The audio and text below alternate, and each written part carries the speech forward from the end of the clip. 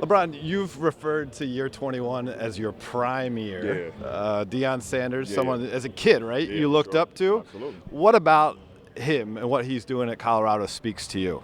I just think the way he inspired people, man.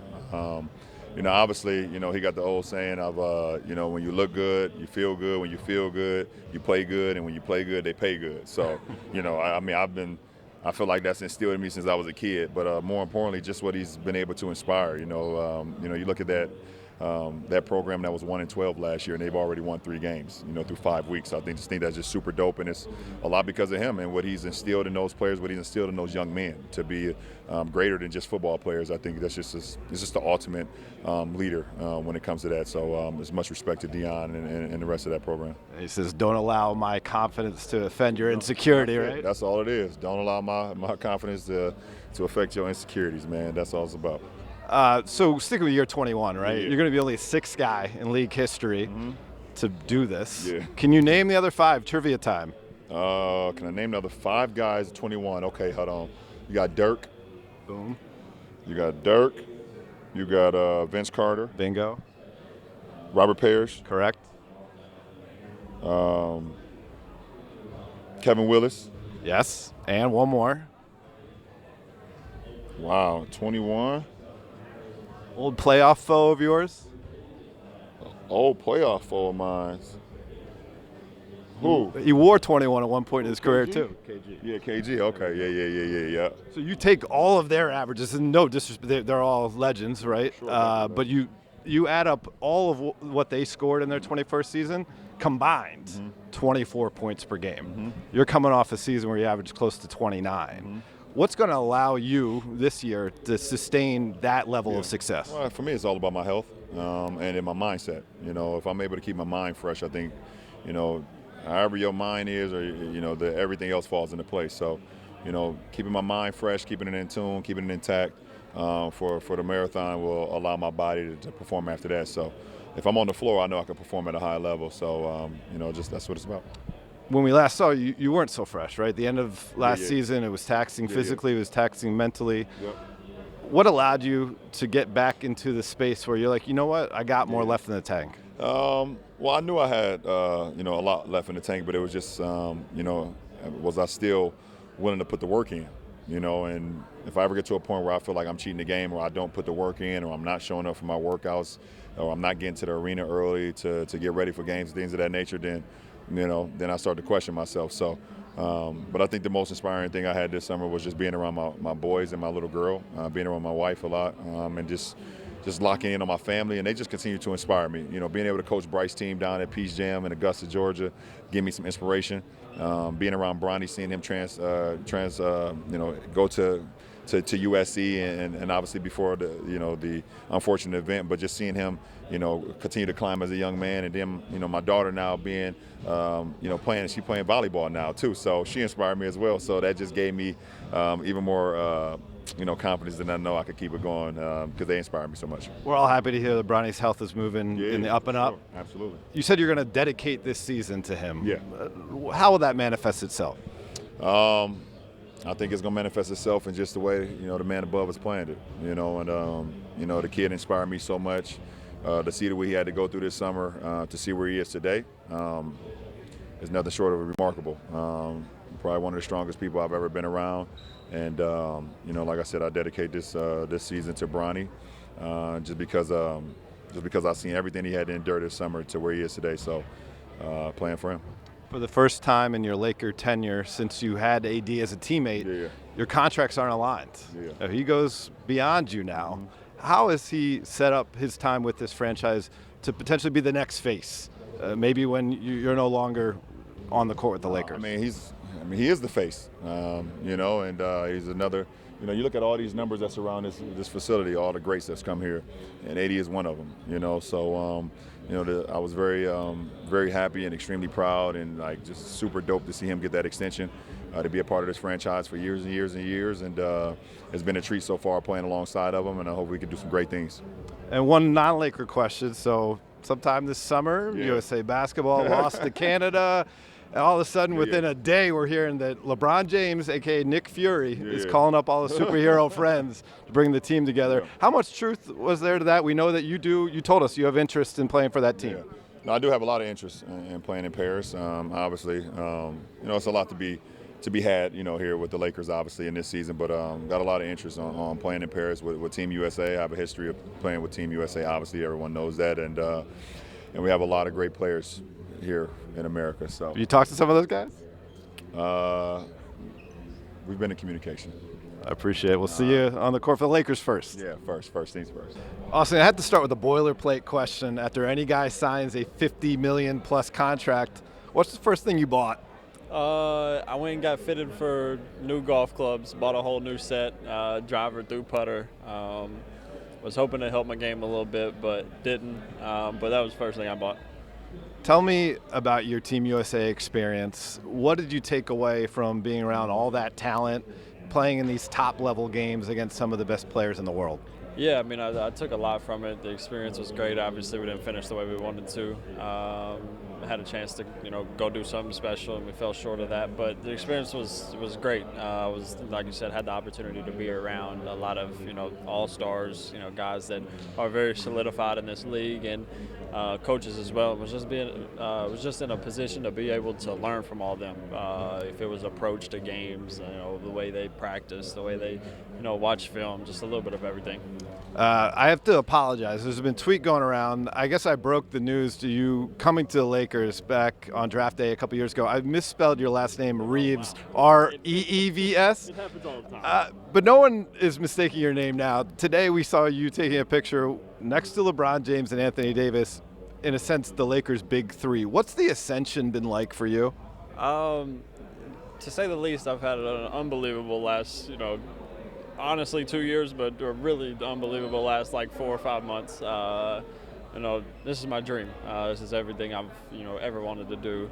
I've accomplished that, and just look forward to keep going. Obviously, not real into the big three stuff. I just want to play basketball and have fun, but just to be in that talk, just to hear it, especially with two guys like that, it's special.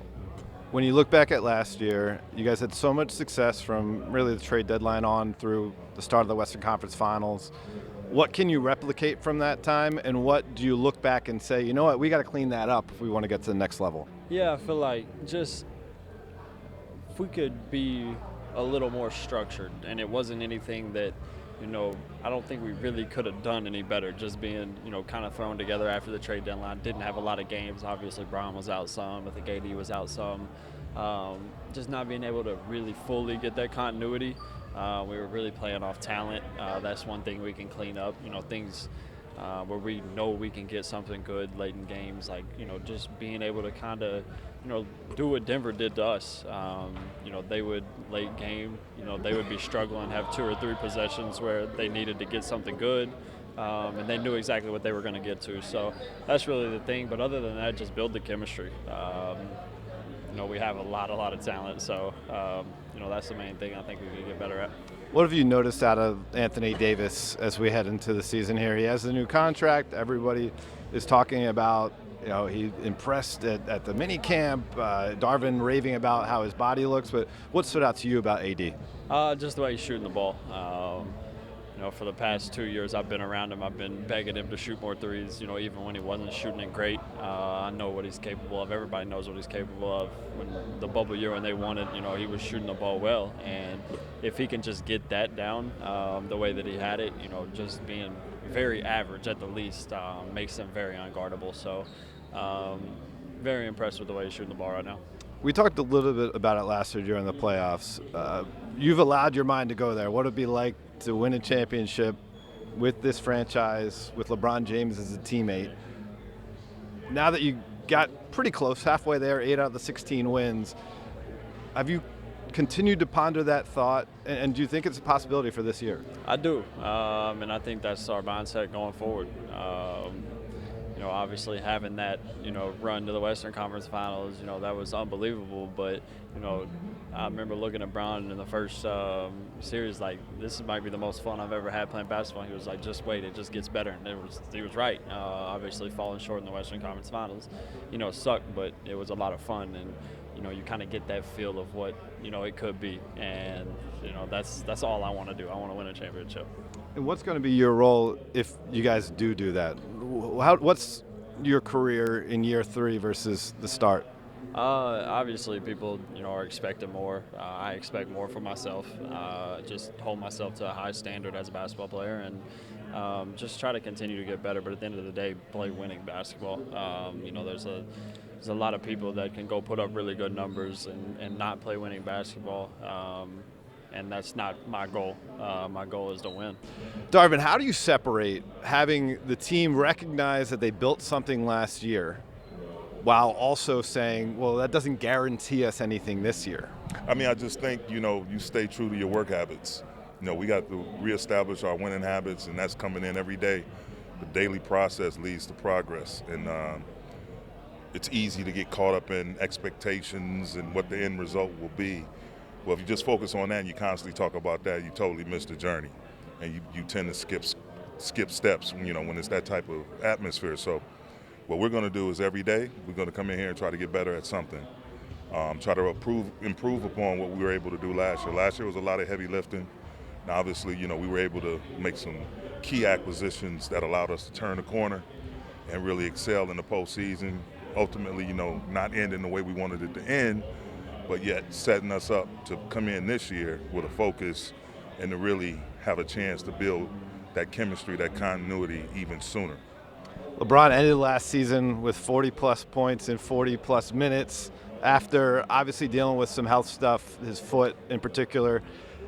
What's it on your shoulders to get him to the finish line? Again, that's why, the work went into it to our roster. Rob did a great job. I couldn't ask for better partners than Rob Pelinka and a governor like Jeannie Buss. Us really breaking down what it is that we needed, bringing back our core pieces, going out, adding some really exceptional basketball players who are great, in different facets of what we need them to do. And we think that depth, that talent, that youth that we added will allow us to be more efficient the way we manage Bron's minutes, even AD, the way we manage him. So when you have a lot more really capable players and they're young and that energy and that exuberance that they come with, and being led by our two captains, AD and Bron, what the effect they have on those guys and the way they approach their performances, we feel like we have a well-balanced attack, and that'll stop us from having Bron play 40 minutes in November. What do you tell to Anthony Davis? He says, Coach, you know what? I don't want to play so much center this year. What do you say as a guy who recognizes that you had a ton of success with him playing that position? How do you manage what he wants and what's best for the team? I just think it was more, I think it's more so not him not wanting to play center, but him just wanting to diversify his attack. And we have guys, Christian Wood, Jackson Hayes, that their skill sets match up with his perfectly, that we can move him around a little bit. It's not a thing where he absolutely will not play center. He will do that for us, and he'll do it willingly. But it's just during certain segments of the game, as we go through the season, get into the schedule, we'll be able to throw in a different, multi-assorted lineup out there with different players. And so you may see us out there playing small with Austin, D'Lo, Gabe, and Torian at the 4, and Bron at the 5 maybe, or Rui at the 5. And you're going to see some big lineups, maybe with Austin and Torian Prince and Rui, Bron, and Christian Wood or AD. We're thrilled about the ability to be able to throw different variations of lineups out there. So I think his statement, just his sentiments are not just hell-bent on not playing the 5 at all. It's just him wanting to diversify his attack and diversify the areas in which he's able to operate from on the floor. What's the overarching message you're going to leave with your team to think about in training camp as they approach the challenge ahead? Well, we had some shirts made talking about what our DNA is, and that D starts with defense. That's what we have to hang our hat on. That is what allowed us to turn the corner and have some success in the playoffs in particular. I just think That's the best way to set a tone for your ball club against any opponent.